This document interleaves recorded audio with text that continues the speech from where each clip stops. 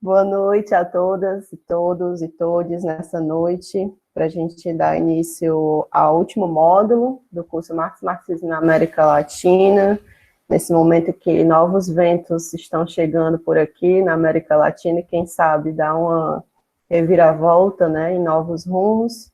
A gente vai dar início aos estudos com a professora Danila Aguiar, que é professora do Departamento de Educação da Universidade Federal do Rio Grande do Norte, a UFRN, e é mestre e doutora também em Ciências Sociais pelo Programa de Pós-Graduação em Ciências Sociais da UFRN, onde também realizou estudos de pós-doutorado, e é graduada em Administração, licenciada em Sociologia e Pedagogia e pesquisadora do Grupo Praxis, Estado e Luta de Classes na América Latina, da Universidade Federal de Campina Grande, e do Lente, Laboratório de Educação, Novas Tecnologias e Estudos Étnico-Raciais, além de integrante, membro do GT da Claxo, Neoliberalismo e Pós-Decolonialidade. Então, eu quero dar as boas-vindas à Danila. Seja bem-vinda, sinta-se à vontade e já quero agradecer você, né, por ter aceitado esse desafio de encerrar esse módulo. Quando a gente conversou sobre isso, aí a Danila, eu fiquei assim, não, tem que ser uma colega nossa daqui, né, desse movimento que integra aqui os nossos estudos e pesquisas para realizar esse fechamento, né? Então, Danila, seja bem-vinda. Olá, boa noite para todo mundo que está assistindo agora. Esse curso já foi apresentada, mas me chamo Danila, tenho uma trajetória de estudos latino-americanistas na minha pós-graduação em Ciências Sociais. Vocês viram que na graduação eu fui foi meio mistureba, mas na pós-graduação, nas Ciências Sociais, eu tive como objeto sempre relações com a América Latina. E quando o Joeline me convidou para esse curso, eu pensei duas vezes antes de aceitar, porque eu já começo dizendo o que eu não deveria, que na verdade eu não sou uma ultra especialista no Fanon. O Fanon, ele não foi meu objeto de estudos nem no mestrado, nem no doutorado, mas eu gostaria de, e acho que faz parte também das leituras que a gente tem de Fanon no Brasil, no mundo, na América Latina, que a gente entenda como é que se dá o encontro, né, de nós, intelectuais, orgânicos da classe trabalhadora, com esse intelectual particularmente negro. Então, é uma honra encerrar o curso Marx e Marxismo na América Latina. Gostaria muito de ter participado de outros encontros, do último encontro que teve como tema Lélia Gonçalves, né, são autores que agora eu estou me aprofundando, mas, infelizmente, no período remoto, não temos muito tempo, para além das atividades que a gente já assume de carga horária de aula, de curso de extensão, mas é um prazer encerrar esse módulo e conversar com vocês hoje sobre o Frantz Fanon, no ano em que se comemora 95 anos de seu nascimento, essa obra e essa trajetória política importantíssima desse autor franco-martiniquenho.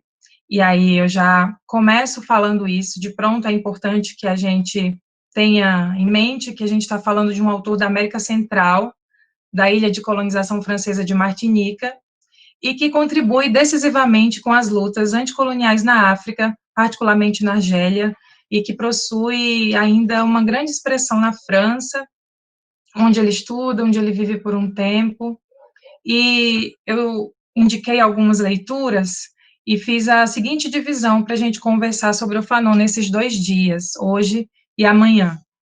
No primeiro encontro, a ideia é que a gente destaque hoje alguns aspectos biográficos do Fanon e em que movimento o autor se insere na academia, em que vertente teórica ele se encontra.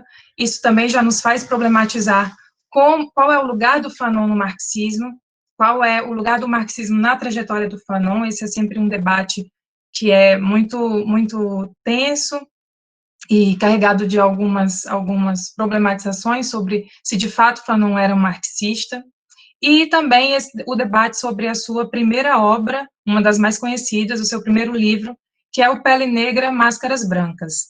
E para amanhã, no segundo dia, a ideia é que a gente possa se aprofundar na sua outra obra que é traduzida para o português, que é o terceiro livro, talvez o livro mais conhecido do Fanon, prefaciado pelo Sartre, que é Os Condenados da Terra, e também amanhã a ideia é que a gente faça o destaque de algumas categorias teóricas apresentadas pelo Fanon e as problemáticas em torno da utilização do conceito de violência política em sua leitura e praxis.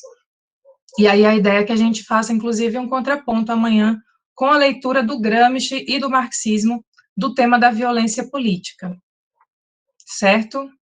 E aí, a minha fala, eu dei o nome, na verdade, é a partir daí o meu encontro com o Fanon.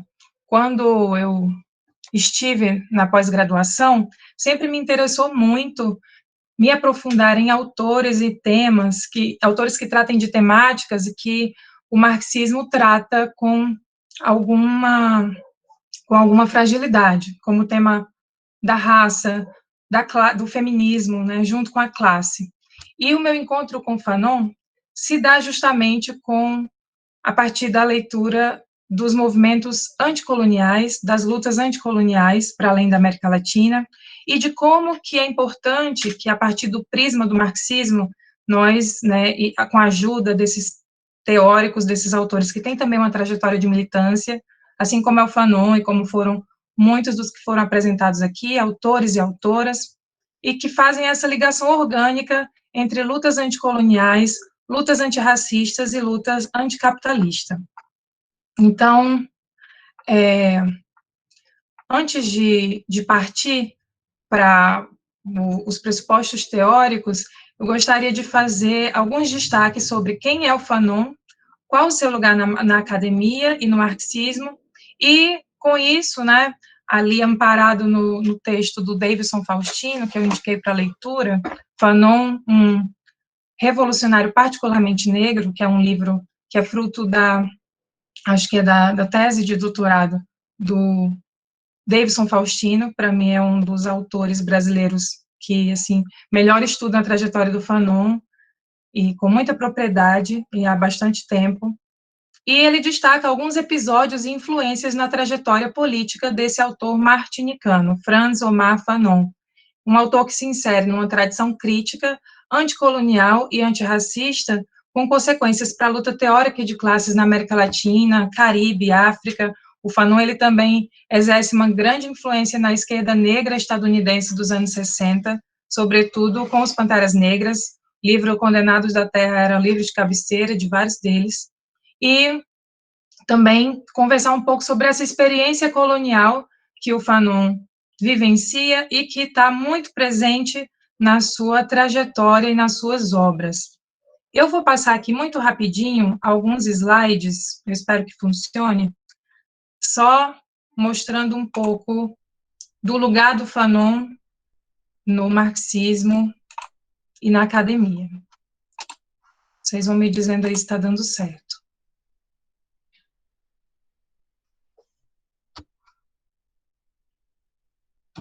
Chegou? Acho que sim, né? Sim. Ótimo. Muito bem. Essa primeira aula, com destaque de aspectos biográficos e o lugar do Fanon no marxismo, a gente vai destacar, como eu já falei, essa tradição crítica e o lugar do Franz Fanon nessa primeira tríade, que é chamada tríade anticolonial, com o Albert Memmi, Aimé Césaire e o próprio Fanon. Após essa tríade anticolonial, e livros de destaque como Condenados da Terra, Retratos do Colonizado, precedido pelo colonizador, veio o movimento pós-colonial, esse sim um pouco mais conhecido na academia, com o Eduard Said, a Gayatri Spivak, Homi Bhabha, Stuart Hall, e na América Latina, esse tipo de argumento esse argumento de divisão geográfica imaginária do mundo, né, proposto pelo Said, com pressupostos fanonianos, em que existiria um mundo desenvolvido e um mundo periférico, chega na América Latina sob o prisma da decolonialidade, com o grupo Modernidade e Colonialidade, onde também alguns autores já foram estudados aqui, acho que o Aníbal Quijano, o Mariátegui, que também poderíamos pensar se é um dos preconizadores da decolonialidade latino-americana.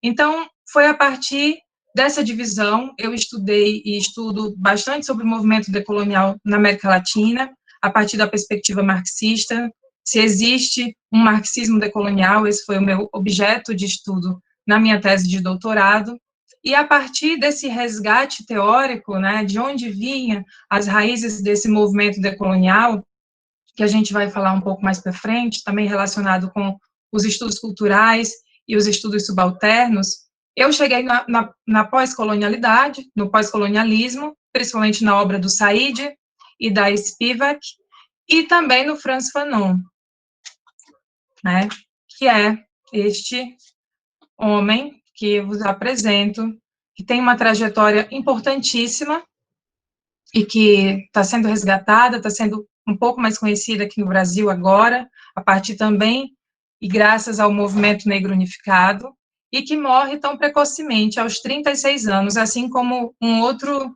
revolucionário latino-americano, que também já foi objeto aqui do curso, que é o José Carlos Mariátegui. Eu também chego no Fanon pensando como que esses autores se parecem, né, justamente nessa coisa de unir a luta anticolonial com a luta anticapitalista. Claro que pensando momentos distintos e também locais distintos. E aí, para encerrar mesmo essa parte de slide, só queria mostrar para vocês onde está a ilha de Martinica, que é o lugar de nascimento do Fanon, que está aqui com esse nomezinho vermelho no canto direito, né? Aqui a gente tem o finalzinho da nossa América do Sul, ali tem Cuba, as ilhas da América Central, e aqui está Martinica ali, pequenininho. É aí que Fanon nasce, é um território de colonização francesa. Muito bem, deixa eu voltar aqui.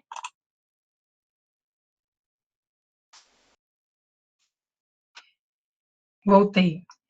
Dito isso, o que é interessante destacar?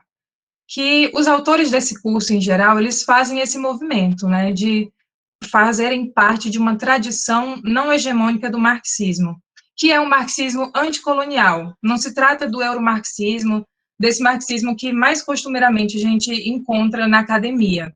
É um marxismo que está pensado, e o Fanon também parte dessa perspectiva, se a gente entende o Fanon como um marxista, e é isso que eu gostaria de apresentar para vocês também, o marxismo do Fanon, que esse marxismo está pensado a partir de uma luta nacional, com vias de internacionalização, nesse processo dialético.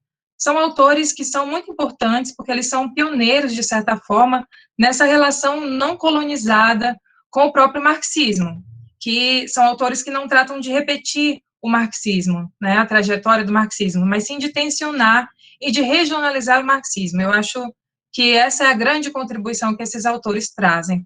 Fanon, Mariátegui, Quijano, Lélia Gonçalves e tantos outros, Vânia Bambirra, toda a tradição da teoria, né, marxista da dependência, esses autores são muito pioneiros e são muito acertados em indicar, né, esses prismas, essa necessidade de regionalizar o marxismo, pensando as nossas chagas sociais, pensando as chagas sociais dos lugares onde eles querem atuar, né, mudar e transformar a realidade, com vias, né, de internacionalização.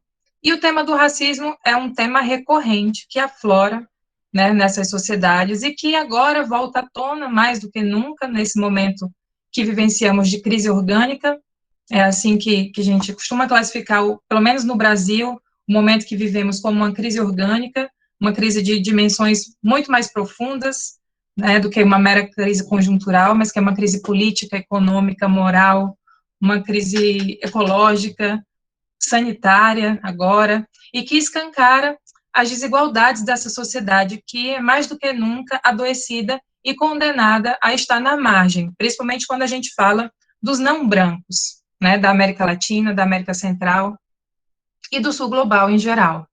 E aí, em sintonia com o pensamento desses autores já trabalhados no curso, eu vou sempre fazer mais referência ao Mariátegui também, e a Lélia Gonçalves, e esses autores que tratam também do tema da não branquitude, do racismo, o Fanon também está inserido nesses movimentos de libertação nacional, né? É aí que a contribuição dele de denúncia e o forte tema de denúncia de colonização está presente nas suas obras, né?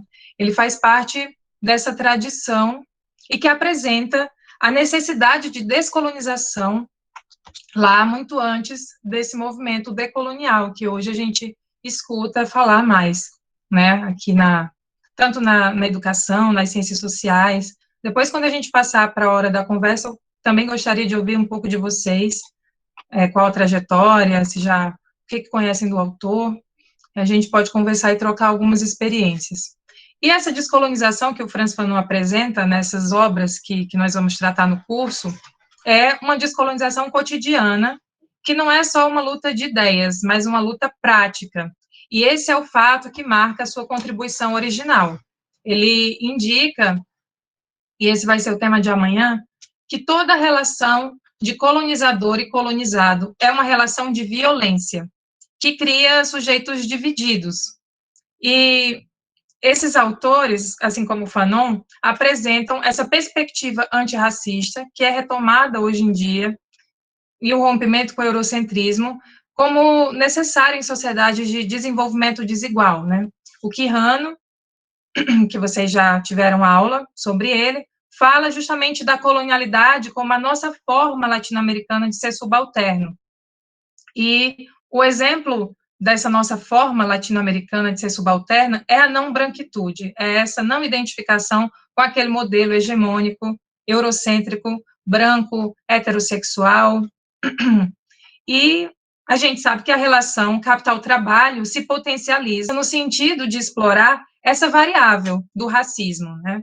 E a colonização traz justamente essa ideia e essa utilização política do termo raça, né? Inaugura, como o próprio Quijano lá desenvolve no seu conceito de colonialidade do poder, saber e ser, como que essa subordinação de colonialidade não finda com o desmantelamento do colonialismo clássico. Isso é um pouco também do que aparece na obra do Frantz Fanon. E,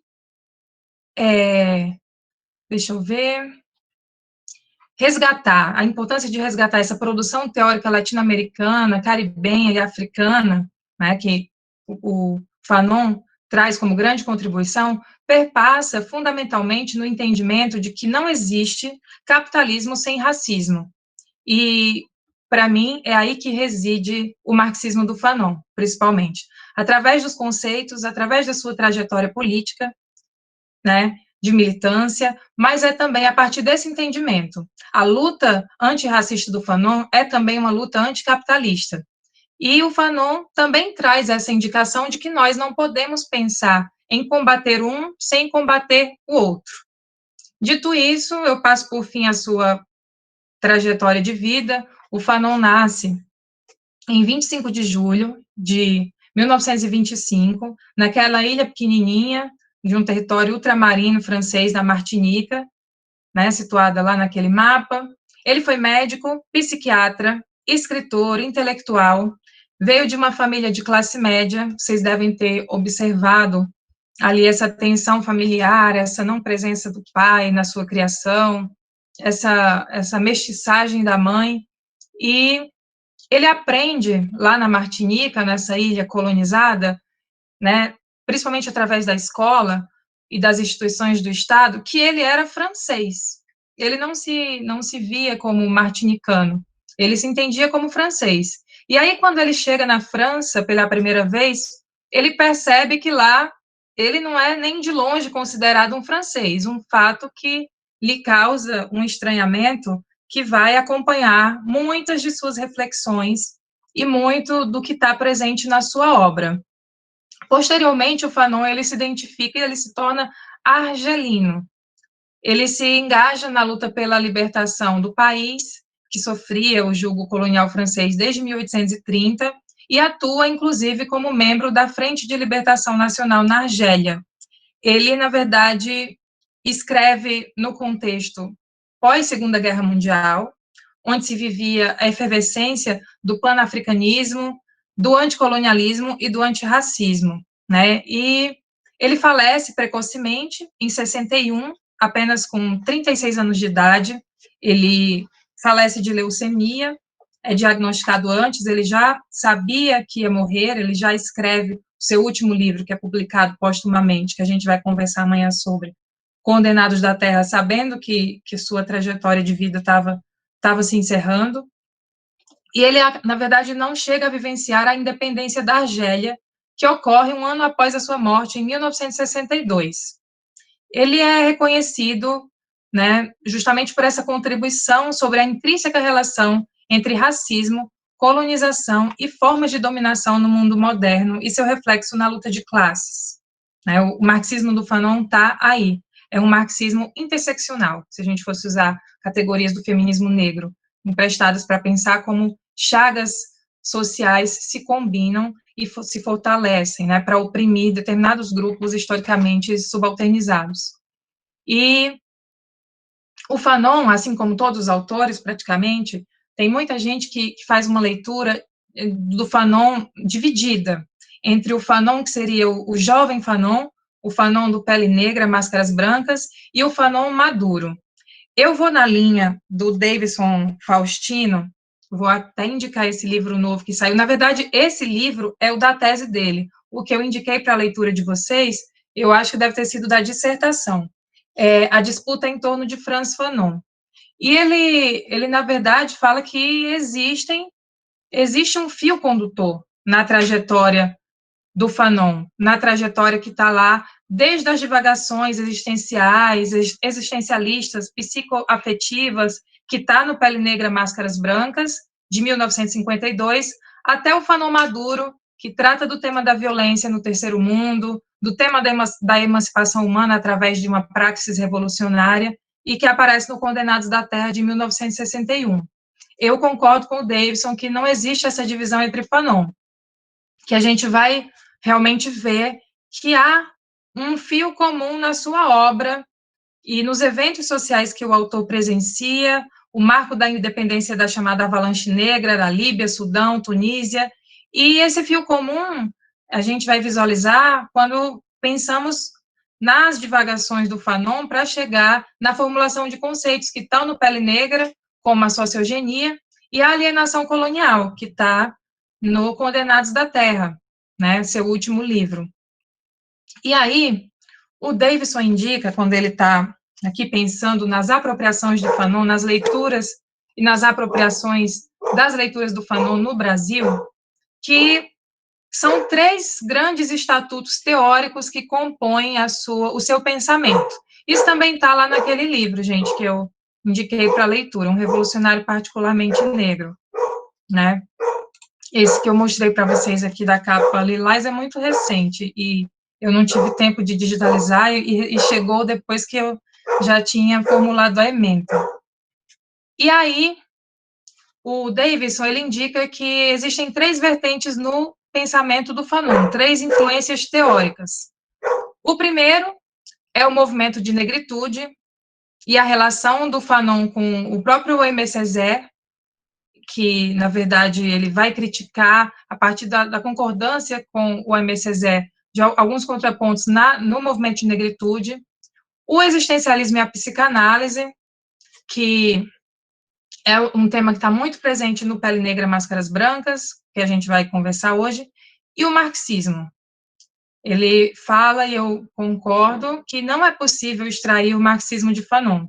É um marxismo distinto, anticolonial, mas é ainda um marxismo, gostem ou não. Né? O Fanon, eu arriscaria dizer, inclusive, que ele não é só marxista, mas ele é um marxista e leninista.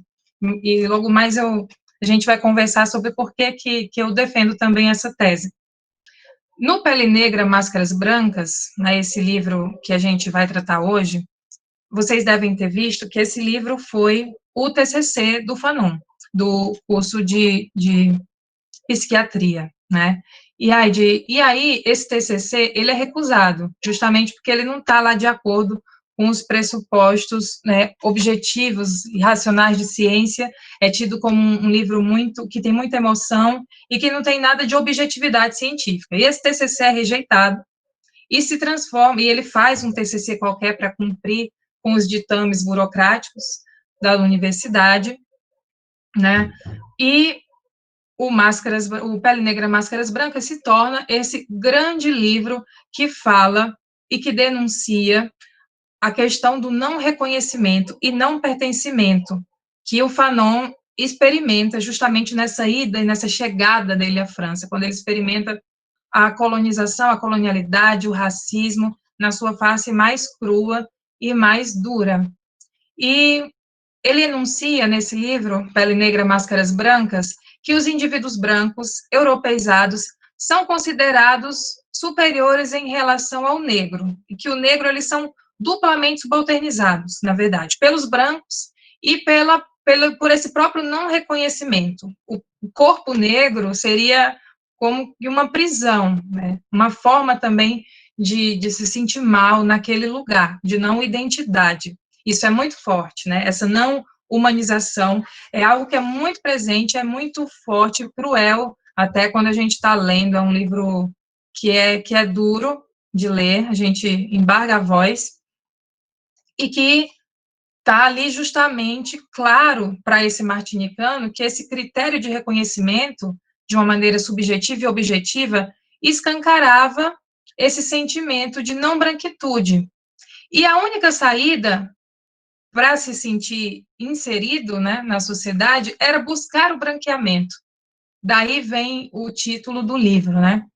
Máscaras Brancas. E, na verdade, vem de uma conversa também que ele tem, e que ele fala que todo mundo veste uma máscara, todo mundo veste uma máscara quando vai fazer parte de um grupo social, né? Só que a máscara do negro, por essa busca, seria uma máscara branca, né? Seria esse sentimento de rejeitar seu corpo, sua origem, e que isso faz parte de uma ideologia, né? Munanga fala dessa ideologia do branqueamento, que está presente nas contribuições do Fanon, fala do conceito de raciologia, retirado da biologia para ser aplicado aos homens, né, como critério de seleção, dividindo em tipos, negro, branco, amarelo, como que isso atinge o tecido social, né, e o Fanon, ele vai tratar desse sentimento, né, nesse livro, que é tão importante, que foi publicado, vai ser republicado agora pela editora Ubu, no Brasil, foi publicado pela primeira vez pela editora da UFBA, na Bahia, que é importante também.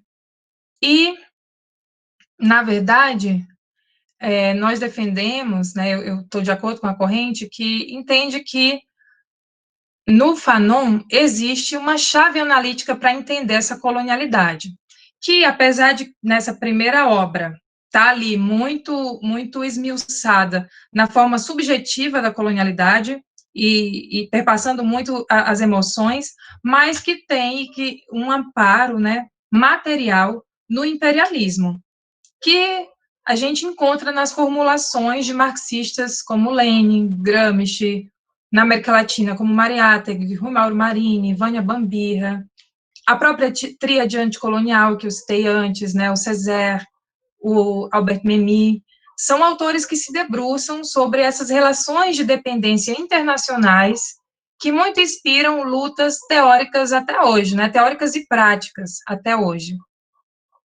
E, claro, eles partem desse entendimento, inclusive econômico, da exploração.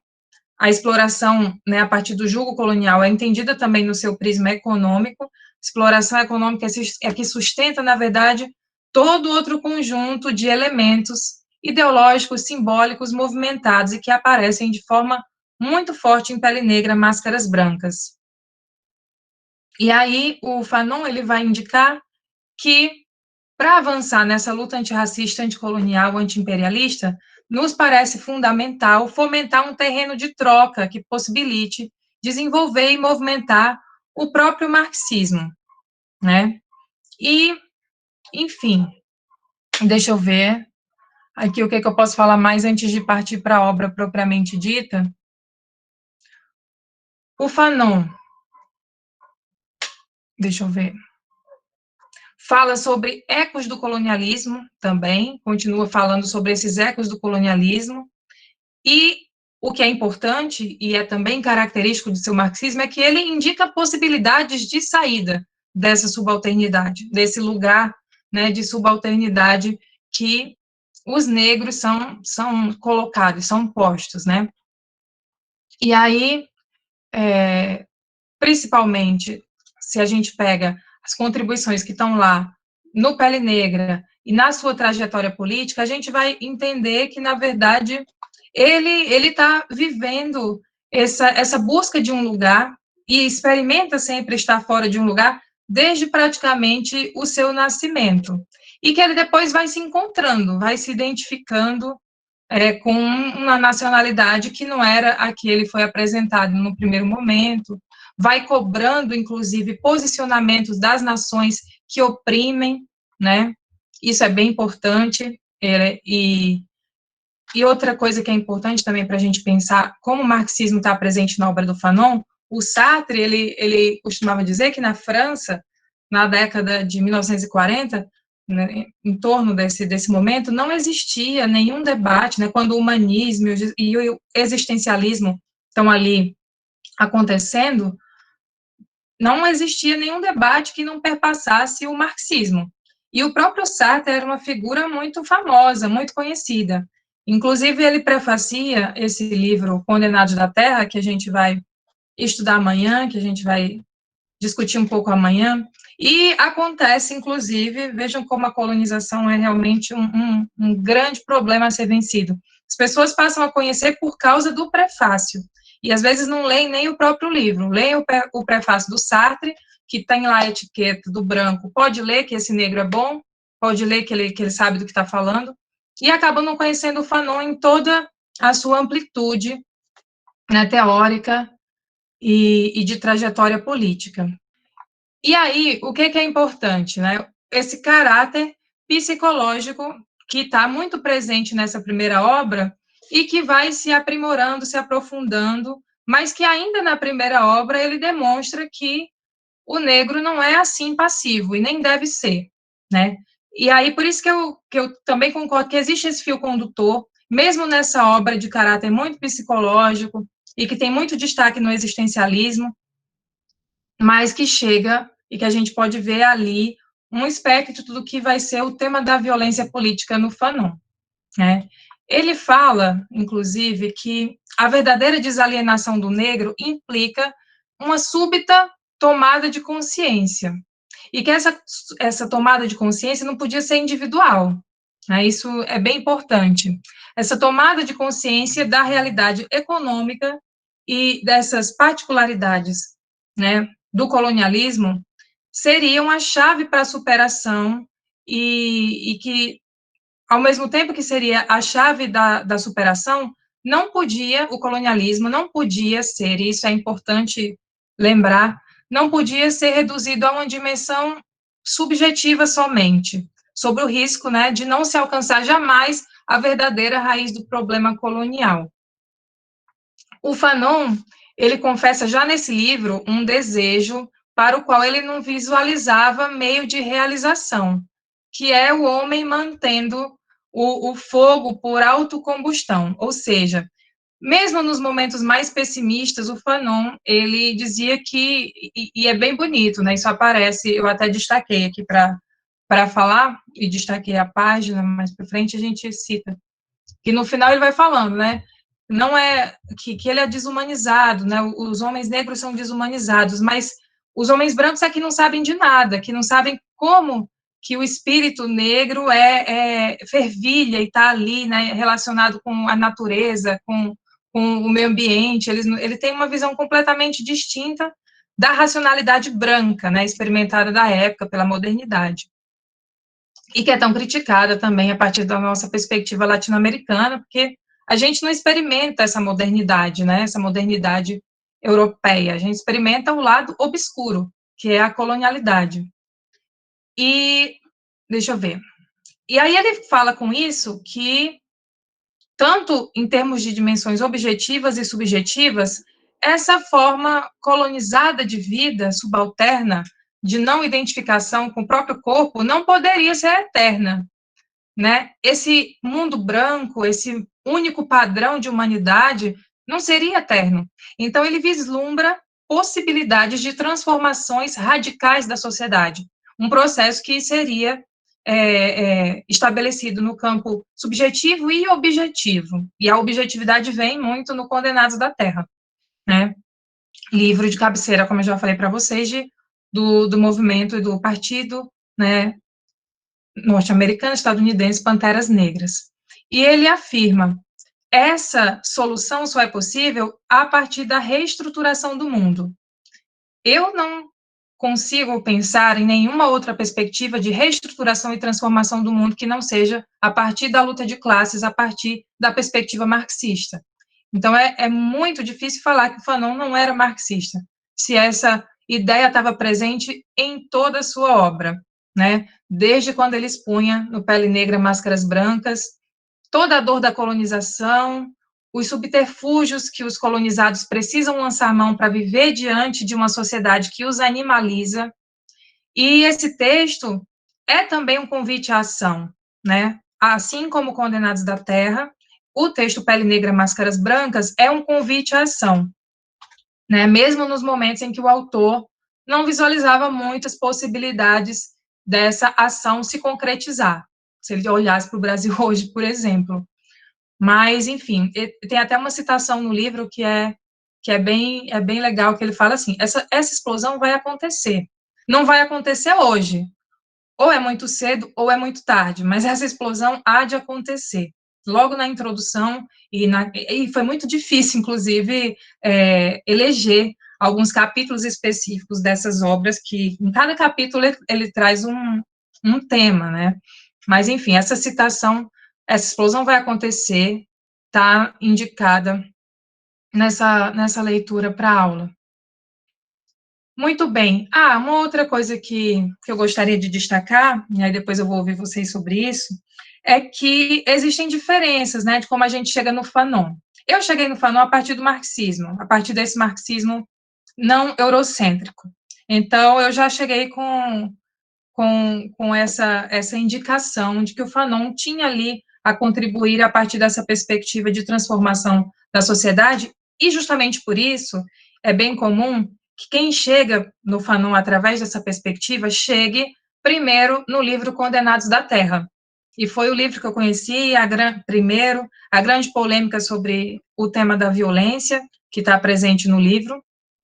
Já quem conhece o Fanon, e aí a partir da educação, das letras, a partir da pós-colonialidade, até do existencialismo, conhece primeiro o Pele Negra, Máscaras Brancas. É apresentado primeiro a esse Fanon, que está ali falando, né, da cor do rosto, da pele do outro, de como a gente usa máscaras para conhecer outras pessoas, dessas encenações, enfim, e de como que existem convenções sociais criadas para isso, né, e referendadas pelas instituições, inclusive pela escola. O Fanon, e aí isso é importante destacar na sua trajetória, né, a época em que ele exerce a medicina, o doutor Fanon, ele primeiramente rejeita um convite para voltar à Martinica e, por outro lado, aceita um posto temporário para trabalhar de chefe de serviço no hospital psiquiátrico, né, na Argélia. E aí, justamente nesse período, né, o Fanon seria o momento em que ele se converteria num revolucionário, em que ele daria essa guinada, que ele já estava ali, né, conhecendo o marxismo, as lutas anticoloniais, entendendo e sofrendo na pele os julgos do imperialismo e do colonialismo, mas existem alguns biógrafos que pensam que essa decisão política já pensada do Fanon, né, que marcaria decisivamente também sua trajetória profissional, teve uma motivação também de estar ali inserido nessas lutas anticoloniais. E aí, inclusive, tem um filme que eu não sei se vocês conhecem, já viram ou ouviram falar, que chama Batalha de Argel, que é bem legal e muito interessante, muito fiel ao que aconteceu nesse momento de libertação nacional da Argélia, né? Vocês podem procurar, acho que está no YouTube, se eu não me engano. E aí o fato é que em 1953 ele se muda para a Argélia, assume a direção de um hospital psiquiátrico e, inclusive, um hospital psiquiátrico que está bem distante da capital, né? E aí ele vai experimentar toda aquela narrativa que ele apresenta lá no livro Pele Negra, Máscaras Brancas, né, que ele vai falar que do preto sujo, do preto que, apesar disso, mas ele é médico, né, e o Fanon, ele fica horrorizado também com o tratamento psiquiátrico que é delegado aos negros, né, que é delegado para essa população.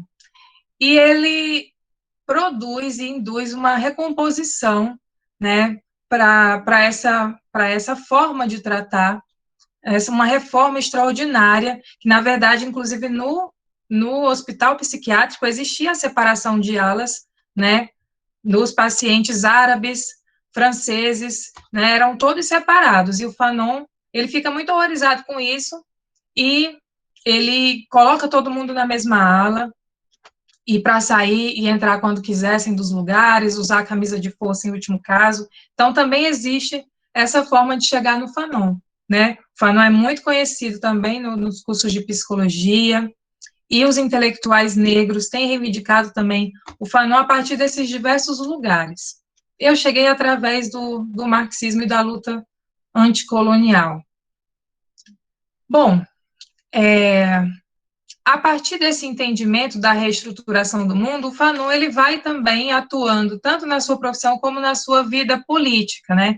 E em 54, quando ele já estava na Argélia, o país, né, era realmente vivia uma efervescência.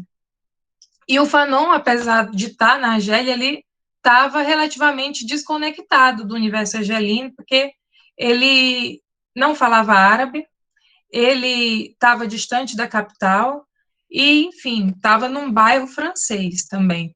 Mas, aos poucos, ele vai estabelecendo uma rede de contatos, como o Davidson vai falando lá na trajetória biográfica do Fanon, inclusive uma rede de contatos com alguns brancos também, com muitos homens brancos, de esquerda, nascidos na Argélia, e alguns franceses, e aí ele vai pensando, e aí é a partir desse contato também com as esquerdas argelinas e francesas, e com a posição dessas esquerdas frente às lutas anticoloniais, é Batalha de Argel, o nome do filme. Ele vai justamente tensionando o marxismo, né? Essa crítica do lugar da esquerda. E aí ele fala, né, a França está reprimindo ali violentamente qualquer tentativa democrática de questionamento da colonização, e quem for francês e apoiar isso, está fazendo a mesma coisa, né, e aí ele cobra, né, posicionamentos das esquerdas também, né, como forma de não submeter populações nativas, né, e aí também lá naquela parte biográfica se fala um pouco sobre essa particularidade de colônia de povoamento, né, que é o caso da Argélia, da África do Sul, do norte dos Estados Unidos, que é uma forma de exterminar e submeter a população nativa, e os argelinos, eles nunca estiveram passivos diante dessa invasão, né.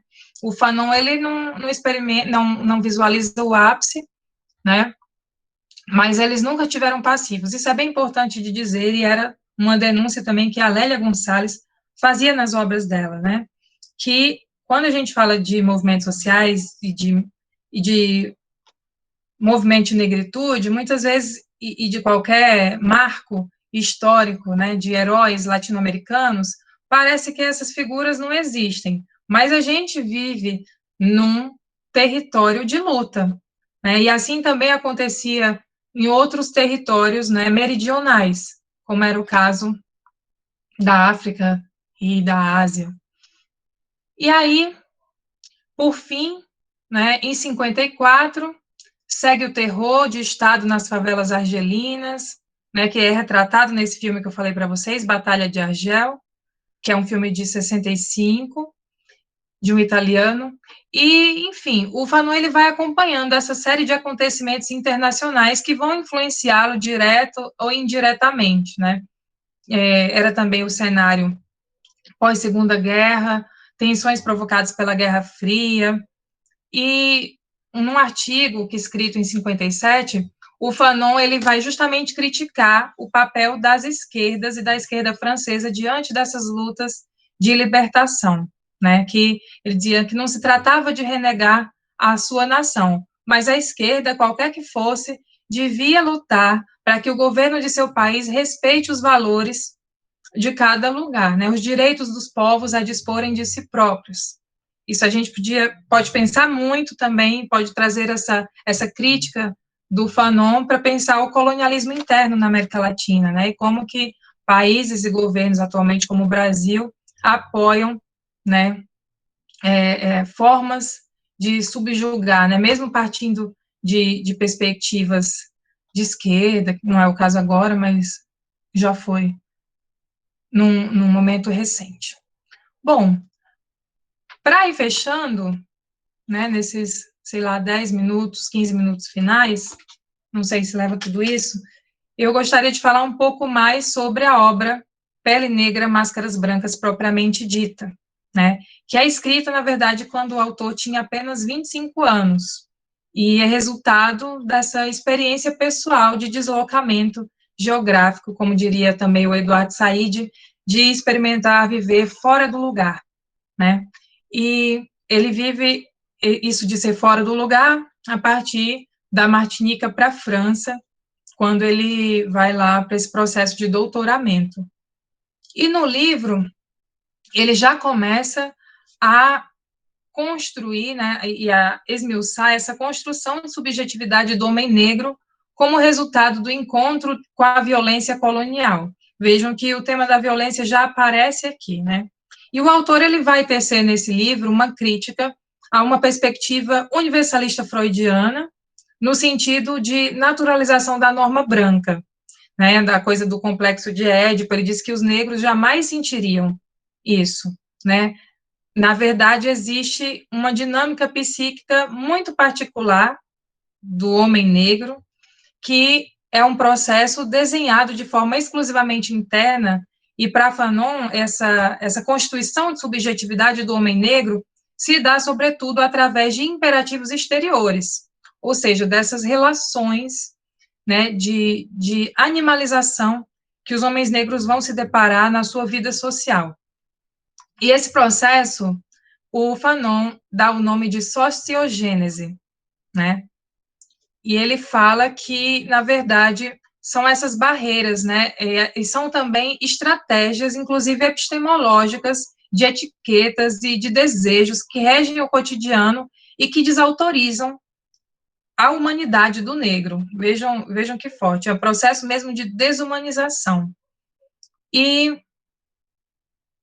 o Fanon ele vai falar que o problema da colonização não são só essas condições objetivas, históricas, são essas condições de atitude, né, da atitude do homem, que somente uma atitude completamente oposta, uma atitude de luta, né, de desfazer daquela relação, pode realmente possibilitar saídas. Ele diz que não tem racismo diferente de outro, ou uma sociedade racista, ou ela não existe uma sociedade mais ou menos racista, porque eles falavam muito à época que existia uma parte na França que era menos racista do que o outro. Ele dizia que ou era racista ou não era, e que todo o estudo dele estava ali dedicado a entender essa miséria que o negro vivia a partir do racismo, e da necessidade de enfrentamento do racismo. Bom, ele diz que esse sentimento de inferiorização só o negro experimenta, que um homem branco jamais, numa colônia, ia se sentir inferior a outro, né? O homem branco, ele nunca ia se sentir inferiorizado, ao contrário do negro, né, que mesmo diante de negros, ele teria esse sentimento de inferioridade, diante dele mesmo, né? E aí ele vai falar e vai pensar nesse problema a partir da perspectiva médica também. Tem até uma parte que ele cita, está lá na página 95 do PDF que eu enviei para vocês, do livro Pele Negra, que ele diz assim: o exemplo se dá na sala, no consultório. Ele atendia pacientes que sofriam desse complexo de inferioridade. A sua estrutura psíquica estava desmantelada. E era preciso proteger esse paciente, pouco a pouco, que essa proteção ia libertar desse desejo inconsciente de se identificar com o outro, que não era o seu corpo, que não era ele. E a outra perspectiva que ele também encontrava nos pacientes era o grande desejo e essa submersão da vontade de ser branco, né? Porque vivendo nessa sociedade que o inferioriza sempre, o desejo era não ser inferior. E tem uma parte no livro que ele vai, inclusive, narrar alguns sonhos que são descritos por pacientes dele, que ele escuta, falando que ele chegava numa sala que só tinha gente branca e ele, de repente, ficava branco. Ele disse que isso é uma dependência, né? Tem uma manutenção na sociedade dessa superioridade que se dá através da diferença racial, né? A partir da medida que se exalta um grupo em detrimento do outro, né? E essa é uma situação que causa neurose nos pacientes. E, enquanto psicanalista, ele dizia e se colocava sob a missão de ajudar os pacientes a conscientizar o seu inconsciente. É bem interessante. É legal também, depois vocês podem procurar alguns psicanalistas falando das contribuições do Fanon. Não sei se tem alguém da psicologia aqui que o conheceu a partir dessa perspectiva. Ele fala desse embranquecimento alucinatório experimentado pelos seus pacientes. E aí, é bem importante uma frase que tem lá no livro, que ele fala o seguinte: o negro não deve ser mais colocado diante do dilema ou desaparecer. Ele deve poder tomar consciência de outras possibilidades de existir.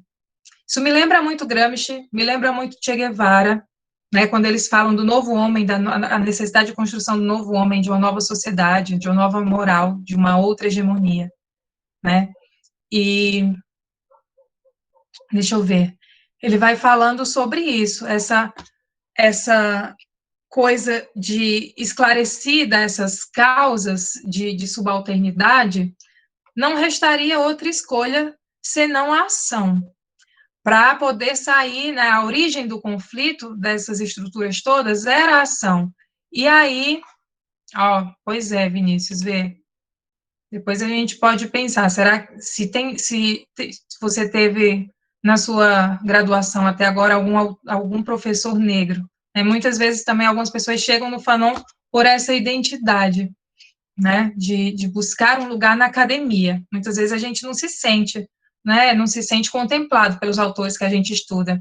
E eu digo de pronto que, na minha trajetória acadêmica, eu também não fui apresentada a esses autores nas disciplinas, né, foi muito mais a partir dos grupos de estudo, dos grupos de pesquisa, dos encontros de extensão, dos eventos, das nossas curiosidades, que eu fui chegando nesses autores, né, como o Mariátegui, o Fanon, o Quijano, a Lélia Gonçalves, e por isso que é tão importante esses momentos, né, de formação da gente, para além da sala de aula, mas a gente trabalha para descolonizar esses currículos, né, Joeline? Muito bem, deixa eu ver aqui. E aí tem uma parte que ele vai falando, né, sobre isso, sobre essa identidade mesmo do preto como algo sujo e que causava sempre espanto, estranheza, repulsa. E essa parte do livro é bem triste, né? Tá ali a partir da página 103, que ele vai falar que tem, olha mãe, olha um preto. E aí ele diz que chega ao mundo pretendendo descobrir o sentido das coisas, né, com a alma cheia de desejo de estar ali na origem do mundo, e que descobre, na verdade, que ele não é tratado como gente, como parte do mundo, e sim como objeto. E aí ele fica enclausurado. Ele fala também muito a partir da perspectiva dele, né, do que ele sente, do que ele experimentou, não só do que ele escutou de seus pacientes e do que ele vivencia na Argélia. E aí, inclusive na trajetória dele, lá na parte biográfica, desculpem, lá do livro do Davidson, fala eu nem sabia, eu nem lembrava, na verdade, disso, eu só lembrava que o Fanon tinha um filho. Ele tem uma filha de uma relação, né, não oficial, que não foi casamento, não foi companheira, que era com uma mulher branca, e que uma vez ele estava com essa namorada, e que ele foi abordado na rua e que foi levado pela polícia, né, foi espancado porque estava com uma mulher, e que ele só podia estar traficando aquela mulher branca. Então, vejam, ele também vivia essa violência, né? Vivenciava essa violência. E aí, ele vai conhecendo esses gestos, essas atitudes, ele diz que fica furioso e que exige explicações. Ele quer entender por quê, né? Por que ao negro não é designado um lugar na sociedade, um lugar, né, de humanidade. Aí ele fala, é preciso, então, enfrentar o olhar branco, é preciso enfrentar esse olhar que nos oprime, que invade o nosso pedaço. O homem de cor, ele encontra dificuldade, inclusive, de elaboração no seu esquema corporal. O conhecimento do corpo unicamente como uma atividade de negação. Isso também é bem forte quando a gente fala do Pele Negra, Máscaras Brancas. É um livro que eu também estou chegando mais no Fanon agora e tenho essa curiosidade de me aprofundar cada vez mais no Fanon a pedido de alunos e também no meu encontro lá com o grupo de pesquisa Lente, né, o laboratório grupo de pesquisa de novas tecnologias e educação étnico-racial na universidade que eu trabalho, que justamente tem uma professora lá que trabalhava essa obra para a gente pensar a educação e a educação infantil, inclusive. E um dos experimentos que se faziam nos estágios, quando se podia fazer, era levar espelhos para a sala de aula, para que as meninas e meninos pudessem se ver e se enxergar e se identificar com aquele corpo, com aquela cor que lhes pertenciam, né? Então, é muito interessante que tenha essa possibilidade também de contribuições do Fanon para a educação, e é assim que eu estou me aprofundando mais ainda nele, quero me aprofundar cada vez mais, ainda sou muito iniciante nos estudos do Fanon, mas muito curiosa. E aí, para ir terminando mesmo, eu destaquei algumas frases, algumas citações importantes no Pele Negra, que ele diz assim: eu não sou escravo da ideia que os outros fazem de mim, mas da minha aparição. Vejam, eu sempre vou lendo também, Joeline, com um olhar meio gramsciano, né? E vou pensando como aparece o tema da violência, como aparece o tema da hegemonia, da ideologia. E eu acho que tem muita coincidência, assim, muita coincidência mesmo na trajetória, não só de alguns autores latino-americanos, como do Fanon com o marxismo do Gramsci também. E ele fala: quando me amam, dizem que o fazem apesar da minha cor. Quando me detestam, acrescentam que não é pela minha cor. Então, de um jeito ou de outro, ele sempre era prisioneiro desse círculo infernal, né? Que ele falava. E aí, deixa eu ver, ele fala que nessa curiosidade de saber por quê, ele só encontrou uma resposta: preconceito. Preconceito de cor. Era disso que se estava sempre tratando, né? E ele fala de momentos em que a religião católica justifica a escravidão, depois condena, e de como que instituições, como Estado, escola, religião, vão ali justificando esses preceitos, né, discriminatórios que tem esse amparo nessa divisão étnica, nessa divisão política de raça. E aí ele vai dizendo, na verdade, mais irracional do que o meu sentimento é a culpa do branco. O branco é muito mais irracional do que eu, se ele me coloca nesse lugar, né? E aí, nesse lugar em que o branco colocava, ele fala, eu não tenho escolha, na verdade, né? Eu tenho um espírito que se opõe a tudo isso que obrigada. Chegou aqui um café, daqui a pouco eu tomo. E aí ele fala: eu, na verdade, escolho me casar com o mundo. Eu sou o mundo. E o branco nunca vai compreender essa substituição mágica, porque o branco quer o mundo, mas ele quer o mundo só para si. Né? Isso está lá na página 124. Mas ele se considera o senhor do mundo e não parte do mundo. O branco submete o mundo, estabelece-se dentro dele e vira e estabelece uma relação de apropriação com o mundo. E esse não era o sentimento que o homem negro tinha em relação ao mundo. Aí eu já lembro também da perspectiva do bem viver latino-americanista, né? Eu vou lendo o Fanon e já vou assim comprometida com outras perspectivas que a gente conhece e que, justamente por essas perspectivas que hoje são trazidas como pioneiras, a gente vê o pioneirismo nesses autores, na verdade, né? Nesses autores que estão escrevendo aí sobre a necessidade da gente pensar a junção dessas lutas por um outro mundo possível, pensando todas as chagas sociais, né? E aí ele diz, né? Sem passado negro, sem futuro negro, era impossível viver minha negridão. Ainda sem ser branco, já não negro, mas não negro, né? Porque não era tido como humano, ele era um condenado. Aí já vai chegando, né, nas ideias que vão aparecer com muita força no Condenados da Terra. E aí ele vai citando, mas esqueceram uma coisa, esqueceram a consistência do meu amor. E eu me defino como essa tensão absoluta de abertura. Toma essa negritude com os olhos e reconstitui. Aquilo que é despedaçado pelo mundo é reconstruído a partir das minhas mãos. Né? Mais violento ainda, vai ressoar o clamor, porque ele reafirma, sim, eu sou um preto, eu sou um preto, eu sou um preto. Então, esse sentimento de inferioridade para ele era um pecado do branco, era uma loucura do branco, né? Não era pecado ser preto, né? E apesar de tudo, e aí finalizo mesmo, está lá na página 126 essa citação, recuso com todas as minhas forças essa amputação de não vivenciar a negritude, a sua negrura, a sua história integral.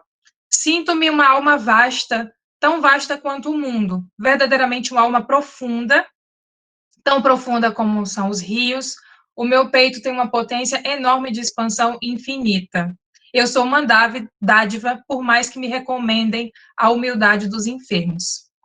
Bom, com essa última citação eu encerro, acho que pontualmente com uma hora de fala, e podemos passar para as questões e vou responder o que tiver no meu alcance. Obrigada. Muito forte, Danila.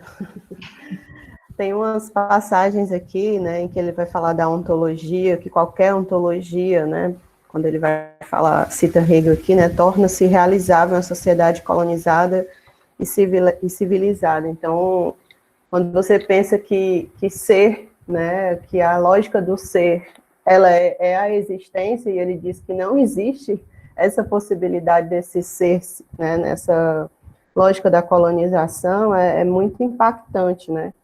E aí, quando ele fala do corpo também, né, dessa relação, é muito interessante, porque a gente, da pedagogia, a gente vai passando por essas fases da infância, né? Então, como nessa lógica da colonização, esses indivíduos, né, esse ser, como ele problematiza aqui, esse ser para o outro, ele é invisibilizado, mas ele também é negado, essa sua fala, como a gente viu com a Lélia também, né, mas é o conhecimento, como ele fala aqui, o conhecimento do corpo é unicamente atividade de negação, conhecimento em terceira pessoa, né, e tem uma fase da infância que a criança, ela não fala para si, né, ela não diz não usa o me, né, não toma para si esse pronome, né, tem uma determinada fase que ainda fala eu se molho, né, porque ainda é em referência ao outro, né, em terceira pessoa, então para você ver como ele utiliza também essa questão da linguagem aqui, que perpassa também toda essa formação do consciente e do inconsciente, né? E aí, uma questão que a Lia trouxe, quando a gente estava estudando a Lélia com ela, né, era essa questão de como compreender, né, como que a gente faz para compreender essa relação, essa aceitação, essa conformação da subalternidade brasileira, atravessada, lógico, pelo mito da democracia racial.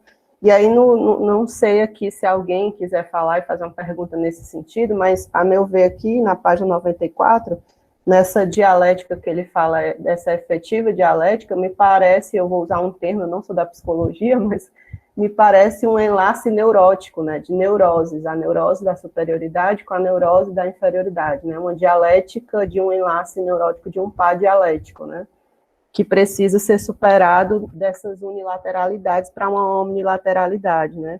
E aí a gente tem umas perguntas aqui da Vitória, né, que ela pergunta se o Fanon chega a indicar alguns caminhos e medidas para superar, né, essa contradição em direção à tomada de consciência. E a Antônia pergunta o que é consciência, né, dupla consciência em Fanon, e a Gisélia pede para você falar sobre a questão da negritude. Então, eu acho que a gente começa aqui com essas perguntas, e aí a gente pode, enquanto você vai falando, se mais pessoas tiverem questões, pode trazer para a gente passar para você, tá bom? Bom, que bom. Eu anotei aqui algumas, na verdade eu estou vendo aqui também no chat, eu acho que são mais essas últimas, né? Como se o Fanon chega a indicar caminhos e medidas a ser tomadas em direção à tomada de consciência, a dupla consciência em Fanon, e um pouco sobre a questão da negritude em Fanon. Então, e aí, Joeline, por favor, você pode repetir a pergunta que é em relação a Lélia Gonçalves, que tem a ver com a conformação de subalternidade do negro. Mas eu não sei, eu acho que eu não peguei.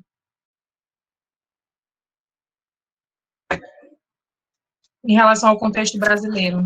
Isso, com a Lélia, né, Era seja isso? a questão da denegação, e aí a pergunta dela era essa, né, por que o brasileiro entra nessa, para utilizar esse termo que ele utiliza, porque entra nessa neurose, né, é mais ou menos por aí. Sim, é o termo neurose.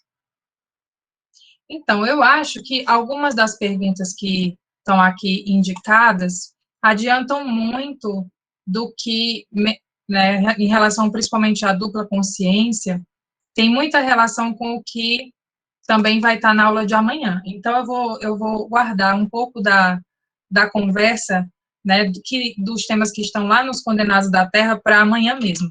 Eu gostaria de falar um pouco agora sobre a questão da conformação, o lugar de Fanon na negritude, né, que foi a última pergunta que aparece aqui. Falo também um pouco dessa tomada de consciência, mas guardo alguns conceitos que estão muito presentes na discussão que a gente vai trazer amanhã. E aí, o que acontece, né? O Fanon, ele tem sido muito retomado justamente a partir da ótica dos movimentos sociais, do movimento negro. A Lélia Gonçalves, né, o movimento negro unificado, que a Lélia Gonçalves fazia parte, tem um grande legado, uma grande responsabilidade nessa popularização do Fanon na academia. Isso é muito interessante, né, essa possibilidade de trazer autores negros para contribuir com o debate da nossa intelectualidade latino-americana, caribenha, africana. E aí, na verdade, quando a gente está pensando nessas conformações, a gente está falando sempre de combate, né? Combate à hegemonia. Inclusive na educação, né? Pensando esse pressuposto de perspectivas de leitura do Fanon, o Fanon é muito identificado e ele contribui muito com a obra do Paulo Freire, né? O próprio Freire, quando ele fala que uma educação que não for libertadora, ele os oprimidos vão querer tomar o lugar dos opressores, né? Não é exatamente com essas palavras, mas o Freire ele está falando do Fanon, é a influência pura fanoniana nessa obra de Freire. E a coisa da tomada de consciência já é um trabalho que é cotidiano e que é indicado a partir dessa perspectiva cotidiana, né, como um trabalho realmente de longa data, de longa duração, de construção de outra hegemonia, nesse livro primeiro, no Peles Negras. E aí, eu também leio muito o Gramsci, o Fanon, a partir da perspectiva gramsciana. Eu acho que as semelhanças são muito próximas. Inclusive, quando a gente pensa nisso, né, de conformação ou consciência, conformação e consciência, e desses momentos, né, e dessa passagem de um para o outro. E aí, isso vai se relacionar também com a discussão de amanhã, né? Qual é o momento? O que dá essa chave, né? Essa chave de consciência que vai ali retirar e resgatar homens e mulheres negras dessa neurose, né? Dessa necessidade de branqueamento. é justamente quando se faz a pergunta que o próprio Fanon se fez, né? Por quê? Por que isso acontece? Por que não é, que eu não sou enxergada? Por que eu não sou vista como parte do mundo? Se eu tenho tanto a contribuir e quero tanto contribuir com o desenvolvimento do mundo, né? Por que isso acontece? E aí, quando a gente se depara, e o Fanon se deparou com essa construção do colonialismo, ele se depara também com o desenvolvimento do capitalismo, né, do imperialismo, dessa perspectiva. E aí, eu entendo que a partir dessa ampliação dialética, né, desse movimento dialético de enxergar os dois lados da colonização e da colonialidade, que a chave do Fanon é ligada ali também com o marxismo, apesar dele criticar uma perspectiva de esquerda, né, da França, na Argélia, apesar do movimento negro, quando traz o Fanon a partir da perspectiva mais culturalista, né, uma leitura mais culturalista, existem essas disputas, né, isso é importante falar, em torno da chave de leitura para pensar o Fanon. Mas eu acho que quando a gente vai pensando essas categorias que ele apresenta, sociogênese, aí amanhã as categorias são mais ligadas com a perspectiva marxista, alienação colonial, consciência, tomada de consciência, ele está bebendo muito do marxismo. Não é esse marxismo pós-estruturalista que vai ali fomentar o debate pós-colonial, né? Pós-colonial, por sua vez, vai criticar o anticolonial e o decolonial criticar o outro, mas o Fanon, ele está ali justamente pensando nesses processos de retomada da sua própria história, né? E de inserção nas lutas nacionais anticoloniais. Eu acho que isso é muito importante para a gente entender o lugar de toda obra e de todo autor. A gente não pode ler o Fanon descolado da realidade que ele experimentava, da realidade que ele vivia, da trajetória de luta dele, que ele escolhe, né, ali, num certo momento, não voltar para Martinica, não permanecer na França, ir para a Argélia e trabalhar numa cidade do interior e mudar ali os preceitos, essas divisões que se dão raciais, inclusive no interior do hospital psiquiátrico. E as lutas que ele vivencia, né, que estão ali também ligadas às lutas anticoloniais outras, que não só da Argélia, vão ter esse respingo, né, vão aparecer na sua trajetória teórica também, né, política e teórica. Deixa eu ver, chegou aqui uma outra pergunta. Poderia ser dito que o Fanon é um marxista decolonial? Seria possível um marxismo decolonial? Vitória, pois é, essa foi a pergunta que eu me fiz na minha tese de doutorado. Foi por isso que essa pergunta me chamou a atenção, eu estava aqui falando de outras coisas ainda, mas eu entendo que existem divisões, né, no interior dessas leituras, tanto lá da tríade anticolonial, onde o Fanon está inserido, na pós-colonialidade, Said, Spivak, Homi Bhabha, Ranajit Gurra, e também existem divisões no interior do movimento decolonial. Para mim, no movimento, daqui a pouco eu volto para o Fanon, a gente está fazendo esses vai e voltas, esse movimento dialético, mas para mim existe uma chave de leitura no marxismo que, principalmente quando a gente pensa no marxismo latino-americano, alguns autores já apresentavam perspectivas que depois são apropriadas com outros nomes a partir do movimento decolonial do grupo Colonialidade e Modernidade.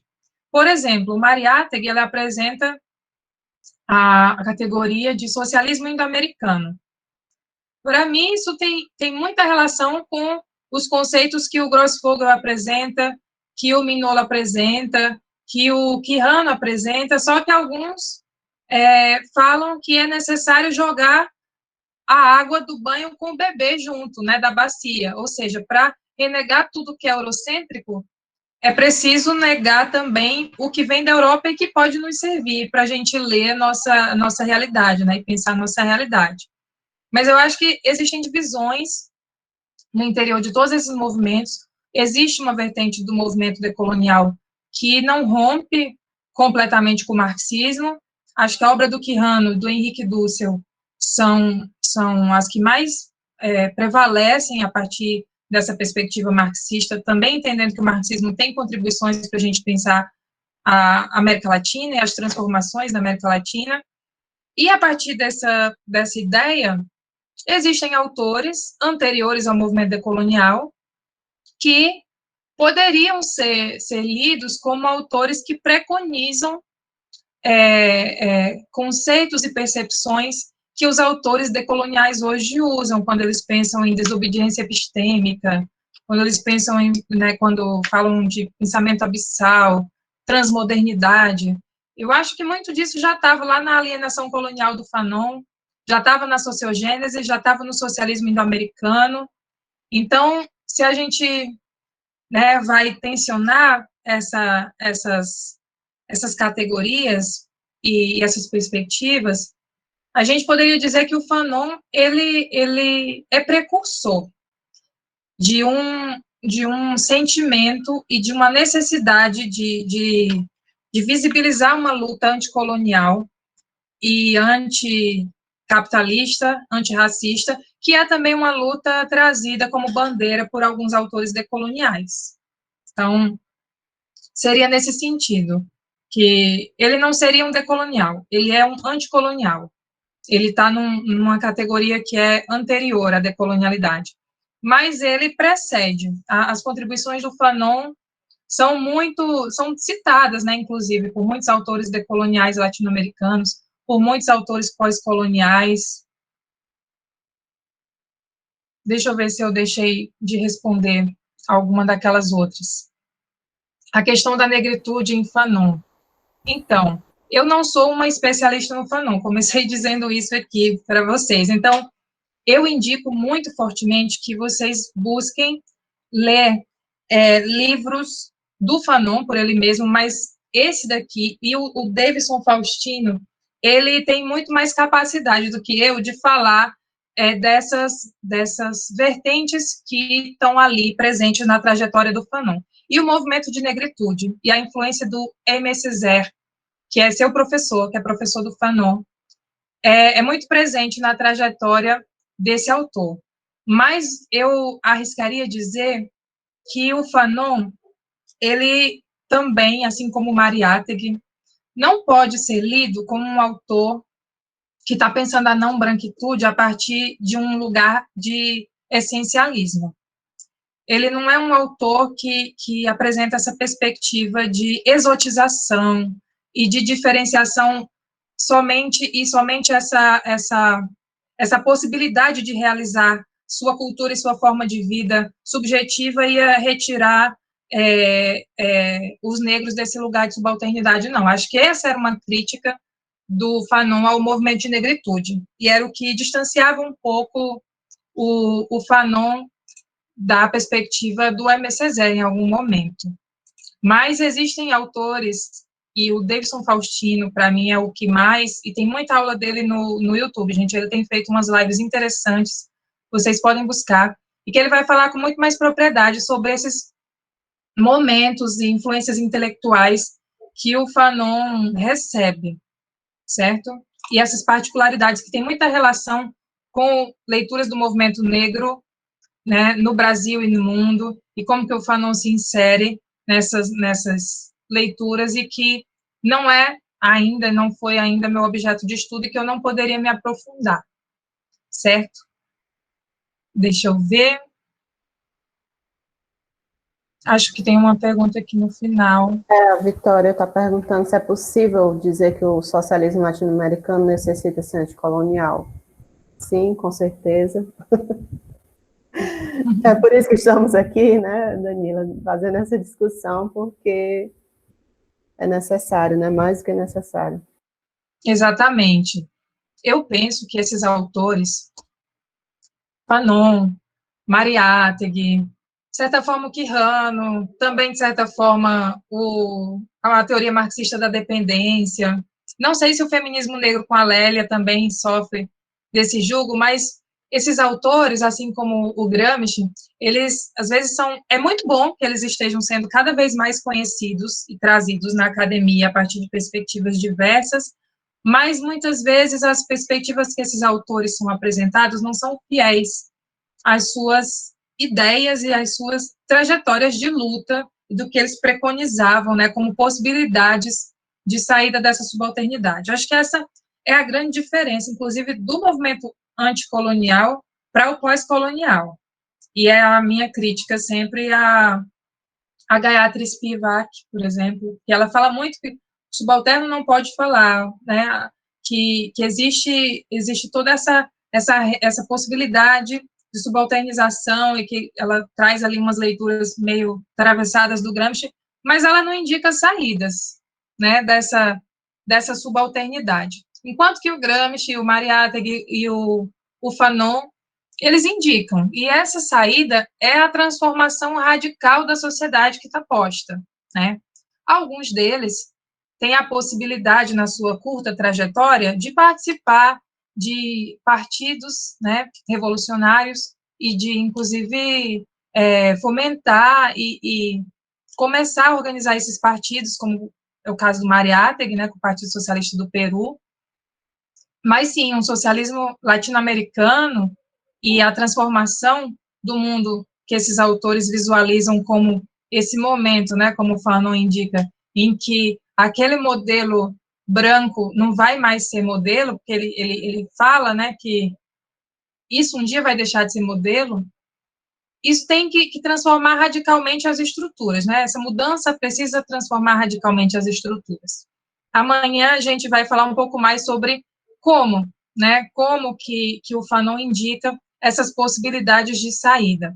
Mas sim, o socialismo latino-americano necessita ser anticolonial, antirracista, antipatriarcal, e combater, na verdade, todas essas opressões, né, que se combinam com a opressão primeira de classe que a gente vivencia, e que a nossa formação social, a nossa formação econômico-social reproduz não, como junta, né, e como que essas opressões, elas dão ainda mais força para a exploração, e que isso faz parte da nossa, não tem como entender nossa formação social sem entender essa dupla cadeia, né, essa dupla forma de subalternidade, opressão e exploração.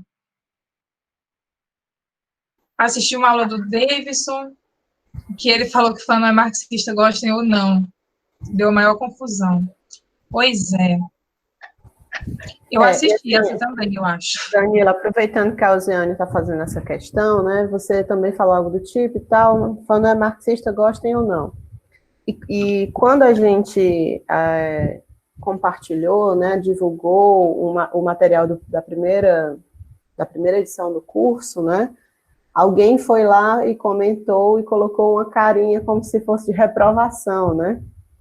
Então, assim, eu acho que esse tipo de discussão, né, ele tem que se ampliar e se tornar como o objetivo da filosofia da praxis é se tornar senso comum enquanto método, mas também a gente olhar as nossas particularidades, que eu acho que é um desafio, né, o desafio posto e que esses autores trouxeram essas contribuições é justamente você olhar essas particularidades sem perder a totalidade, né, que é o que Sim. o Fanon faz, né? Em nenhum momento ele fica preso na subjetividade, uma análise subjetiva. Ele, pelo contrário, ele amplia essa análise subjetiva, olhando as particularidades de todas essas contradições objetivas da formação socio-histórica, né? Debaixo de todo esse impacto da violência da colonialidade, né? Então, eu acho que a Lia falou semana passada uma coisa que eu acho que muita gente deve ter torcido a cara quando ela falou que às vezes ela dava razão para os pós-modernos, porque os marxistas ainda ficam muito presos na abstração, né? Não desce da universalidade para a realidade. E eu acho que é preciso, né, fazer esse exercício, né, se apropriar dessas leituras para poder ampliar essa visão de mundo e olhar as possibilidades histórico-concretas, né? Acho que esse é o desafio do nosso momento histórico, inclusive, que a gente está vivendo, diante de todas as contradições que a gente está vivenciando. E aí, assim, Fanon é marxista, gostem ou não, né? O curso é Marx e Marxismo na América Latina, gostem ou não. Uhum. E acho que o exercício é esse, né? É sem preconceitos, né? Partir para olhar a realidade na sua análise concreta. Né? Liana está perguntando aqui se pode fazer uma pergunta. Acho que, inclusive, se quiser, pode até abrir aqui, que a gente tem tempo. Se quiser fazer direto para a Danila. Boa noite a todas, todos e todes. Professora, no grupo de estudos agrários que eu faço parte, no primeiro semestre nós trabalhamos o livro da Spivak, né? Pode o subalterno falar. Sim. Foram 3 encontros muito ricos. E no último encontro saiu uma frase que, trazendo para a nossa realidade brasileira, a base da pirâmide é composta pela mulher negra trabalhadora. E aí a gente fala em mudar radicalmente essa estrutura, né? Várias leituras dizem que as estruturas precisam ser alteradas. Mas como a gente da academia, que até tempos atrás aqui, até meses atrás, anos atrás, a gente desconhecia toda essa literatura latino-americana, de resistência, de subversão, nós estamos andando querendo, ou aquele ditado que diz andando com o bonde andando, uma coisa assim, pegar o bonde com ele andando, né? Sim. Como é que essa mulher pobre, negra, trabalhadora, como é que a gente pode atingir esse grupo de pessoas quando a gente sabe que algumas igrejas, elas estão justamente indo lá com certo assistencialismo nas comunidades, nas favelas, onde tem, assim, nos hospitais, nas cadeias. Como é que nós, universitários, que estamos tendo acesso agora, pode acionar esse discurso e atingir, ou, eu não quero dizer a palavra conscientizar, mas despertar que essas pessoas se conscientizem. Uhum. Obrigada. E é porque hoje está muito quente, por isso que eu estou ofegante, desculpa. Aqui também está quente. Bom, eu estou falando da Paraíba, só para lembrar, eu sou professora no Rio Grande do Norte, mas agora, na pandemia, eu estou aqui, né, visitando meus pais, de vez em quando estou passando a pandemia com eles, e aí eu estou aqui na Paraíba, também grande parte da minha trajetória acadêmica foi em Campina Grande, né, estou agora em Caicó, no campus do SERES, né, Centro de Ensino Superior do Seridó, aqui também está quente. Muito bem, deixa eu ver, na verdade, eu gostaria de comentar tanto essa última fala da Liana, e também isso sobre o Fanon ser marxista ou não, eu gostaria de fazer alguns comentários, porque são perguntas que eu também me fiz, quando eu fui entrando mais nesse universo fanoniano, né? E desde já agradeço a participação de vocês, as perguntas, espero que, na verdade, essa minha exposição muito breve, muito preliminar de tudo que representa o pensamento fanoniano sirva para que vocês se aprofundem, assim como eu, na busca de conhecer o Fanon por ele mesmo e seu lugar na academia, no marxismo, gostem ou não. Quanto à questão do marxismo no Fanon e na América Latina também, acho que tem muita relação com que tipo de marxismo hegemonicamente a gente tem contato, né? Nós não temos contato com esse marxismo utilizado a partir desses autores aqui do curso, né? Muito, muito mal, na verdade. A gente tem leituras que estão muito mais atreladas a um outro tipo de marxismo burocratizado, né?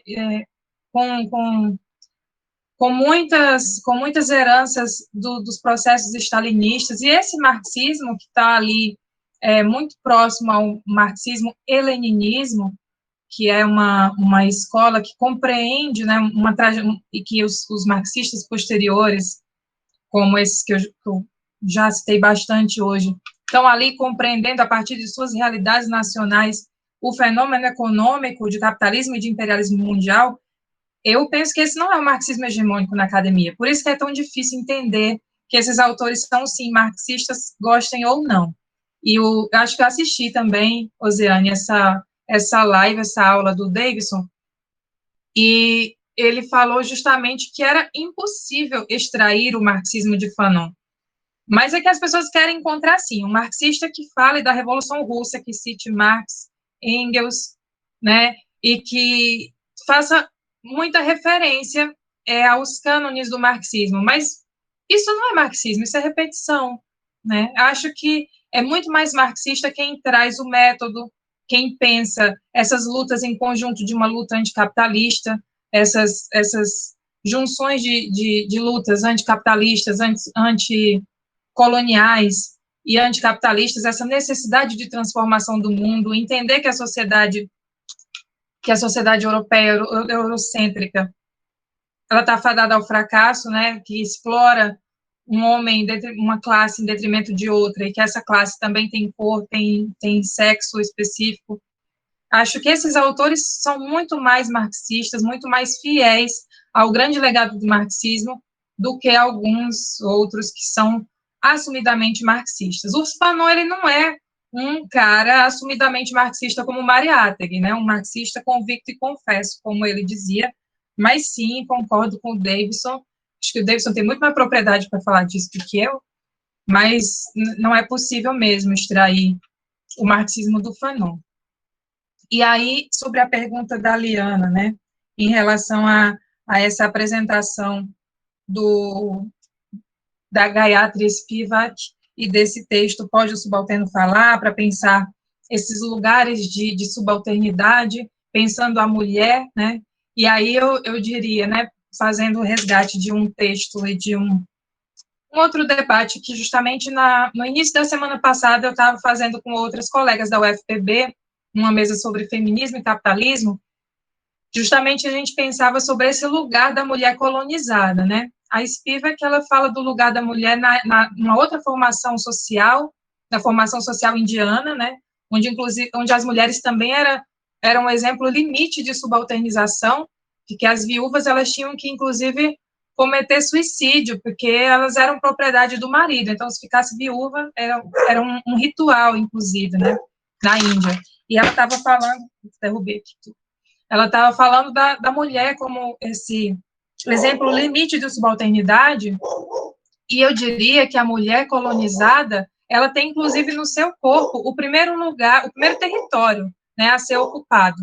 Então, sim, a mulher colonizada, essa mulher subalterna, negra, periférica, latino-americana, índia, quilombola, camponesa, é, sim, o exemplo, né, que está ali ocupando empregos que são completamente, com jornadas completamente desgastantes, elas são base da pirâmide, e a gente precisa chegar nessas mulheres, porque não pode vir de outro lugar também a resposta, né?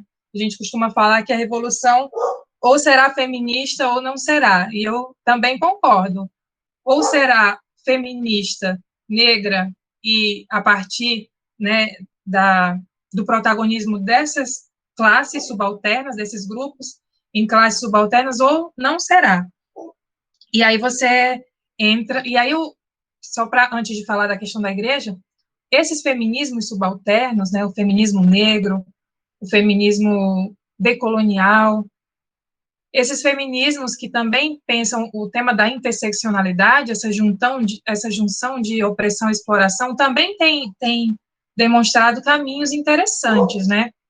A própria experiência das mulheres, da greve internacional de mulheres, que é ali iniciada pelo movimento de mulheres na Argentina, e que tem proporções mundiais, que promove desde 2015, em 2017, teve uma grande greve, né, 2017, 2018, desde então, o dia 8 de março tem sido um grande dia mundial de greve internacional de mulheres, as mulheres negras, né, o movimento feminista negro, as intelectuais negras, elas têm apresentado aí uma contribuição para a gente pensar e trazer para a prática, né, possibilidades de construir um outro mundo, de radicalização da democracia, muito interessantes, muito interessantes.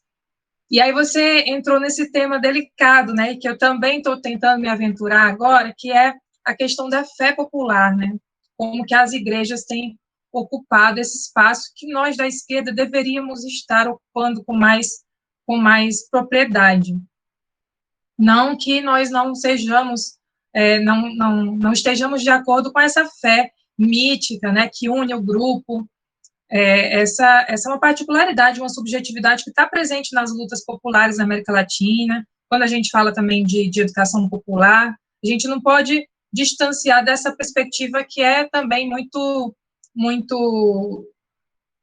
identitária do nosso subcontinente, né? A gente que está na educação popular estuda esses processos e como que a fé latino-americana, usaria dizer a fé revolucionária, era movimentada a partir dessas lutas populares, né, ali na década de 50, 60, com o cristianismo da libertação, e que agora essa fé popular, infelizmente, está também agindo como uma força política, só que está sendo capitaneada por movimentos conservadores, né, movimentos alinhados a um tipo de desenvolvimento que não é mais coletivo, mas sim de uma individualidade, né? Aquela coisa de que a igreja não é mais aquela igreja que está preconizando que era a grande sacada ali da Igreja Católica da década de 50 e 60, eu costumo resumir, que era o seguinte, essa coisa da igreja dos pobres, né?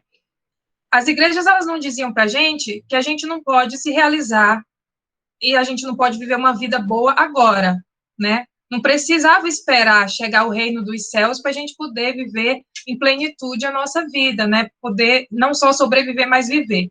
E agora é isso que se diz, não, agora, mesmo que você seja pobre, você num próximo reino, num próximo momento, numa próxima vida, você vai alcançar o reino dos céus. A igreja não esperava por isso antes, né? Quando a fé popular era movimentada também a partir de lutas populares, de lutas também por saídas dessa subalternidade, dessa miséria, dessa fome que a gente experimentava também aqui no Nordeste, com muita força, na década de 50 e 60. E agora a igreja está ocupando esse outro lugar, né, com esse outro discurso, muito mais alinhado a uma individualidade, a essa falta de coletivismo. E nós da esquerda, e acho que vocês já entenderam, claro, que é um curso de Marx e marxismo, que a gente está falando a partir da esquerda, né? E é complicado, e isso me lembrou também o que a Lia falou, e que Joline trouxe no debate, sobre como que às vezes os pós-modernos têm razão, porque muitas vezes nós da esquerda e do marxismo, a gente abre mão, né, dessas bandeiras, parece que não são lugares necessários de serem ocupados, né? As lutas identitárias, as lutas que envolvem a mística, a fé revolucionária, né, as identidades religiosas subalternas, as religiosidades, né, subalternizadas também nessa ótica colonial. Então, muitas vezes a esquerda não dá importância para a necessidade de ocupar esses lugares e também essas subjetividades que estão ali conformando todo um processo de colonialidade, todo um processo de dependência.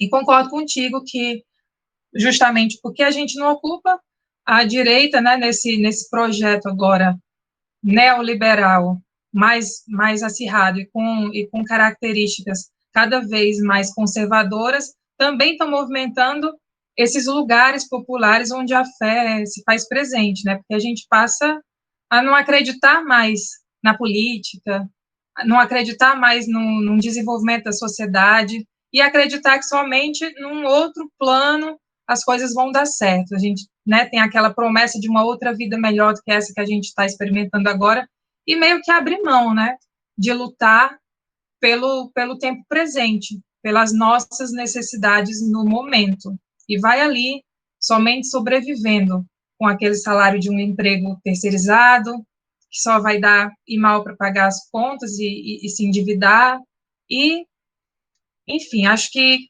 tem essa chave aí para a gente pensar que lugares o marxismo está deixando de ocupar, as esquerdas estão deixando de ocupar, que bandeiras, que lutas. Aí a gente pode pensar na religiosidade popular, no feminismo, na luta antirracista, na luta da população LGBTQI+, e tantas outras lutas que, às vezes, as esquerdas consideram como menores, né? Mas que não podem estar apartadas umas das outras. Para mim, esse é o grande legado de Fanon, de Mariátegui, de Lélia. São autores e autoras que não separam essas perspectivas de luta e que não deram espaço, né? E que fizeram com que Lélia no movimento negro, que o movimento negro olhasse para as mulheres, Mariátegui no marxismo, que olhasse para a América Latina, Fanon no movimento anticolonial, que olhasse para a perspectiva de realmente pensar a transformação da sociedade. São autores que são pioneiros, né? Autores e autoras pioneiras nessas perspectivas de totalidade, e que, por isso, só podem ser identificados como marxistas também. É por isso que a gente está aqui nessa discussão, né, para tentar, assim, na linha, né, nesse caminho de possibilidades, como fala o Gramsci, né, de processo de constituição de um novo senso comum, né, uma vontade coletiva. O Fanon também vai nesse sentido, né, de quando ele vai problematizar a questão dos sonhos, né, de que as pessoas trazem isso, que não é só uma questão puramente individual, né, mas também, assim, nessa proximidade, inclusive, do pensamento de Gramsci, de envolver ali também uma autonomia desse processo, né, de esclarecer as causas daquele inconsciente, daquele desejo inconsciente, para que o próprio indivíduo possa escolher a ação, né, a ação de transformar isso, né, a partir das origens do conflito, das estruturas sociais, que eu acho que é o que você vai trazer mais para a gente amanhã, né, a gente está chegando aqui, tem uma pergunta, né, acho que pontualmente, referenciando sua pergunta e contribuição, faz necessária a organização universitária para acessar essas mulheres, é isso aí. Mas, enfim, então, acredito que você traga mais, né, com Condenados da Terra, que a gente vai ver, essa dimensão maior de totalidade dessa discussão das estruturas que o Fanon traz. Então, a gente está se caminhando aqui para o final, não tem mais nenhuma questão, por enquanto. E já quero agradecer, Danila, por aceitar esse desafio de trazer esse autor tão complexo, né, que traz uma complexidade, porque no campo do marxismo, trazer essas questões da subjetividade, trazer o inconsciente, é uma discussão que não tem muita fluência, né? Então, é uma discussão que é realmente um desafio para tentar compreender não só as questões, né, estruturais, mas também como isso se desdobra para disputar essas consciências, né? Para disputar esses campos da subjetividade que se conformam, né? Que passam por esse processo de conformação dessas contradições. Então, queria agradecer mais uma vez, em nome de todos e todas que estiveram aqui participando com a gente, em nome do G. Gramsci, e se você quiser fazer alguma consideração final, a gente agradece e você já pode utilizar esse tempinho que a gente tem ainda. Certo. Eu que agradeço o convite. Quando a gente se propõe a aceitar esses desafios, a gente também coloca tarefas importantes que às vezes vai adiando, e é sempre um prazer conhecer mais desses autores, que eu também, aos poucos, estou tentando trazer para as minhas aulas, para as minhas orientações, para os meus projetos de pesquisa, de extensão, e é muito legal ter esse público por hoje, pessoas curiosas sobre o pensamento de Fanon. Recomendo fortemente que leiam por ele mesmo, que vão além claro que busquem além da minha exposição.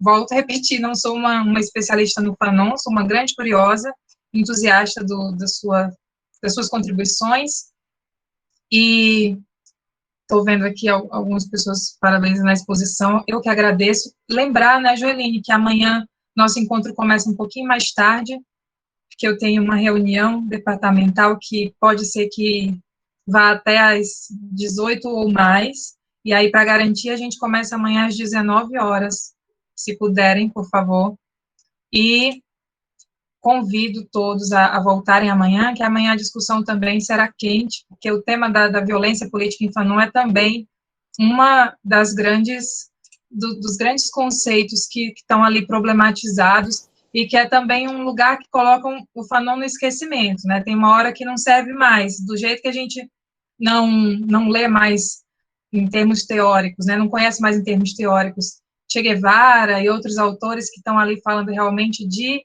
teoria revolucionária. Teve um momento que Fanon estava colocado nesse lugar de esquecimento justamente porque ele traz esse tema tão polêmico que é o tema da violência política, né? Amanhã a gente fala um pouquinho sobre isso, fazendo contraponto sobre o tema da violência política no marxismo, também na perspectiva do Gramsci, do Sorrell, e eu agradeço que vocês tenham me escutado, tenham gostado, agradeço o convite de Joeline, estamos aí.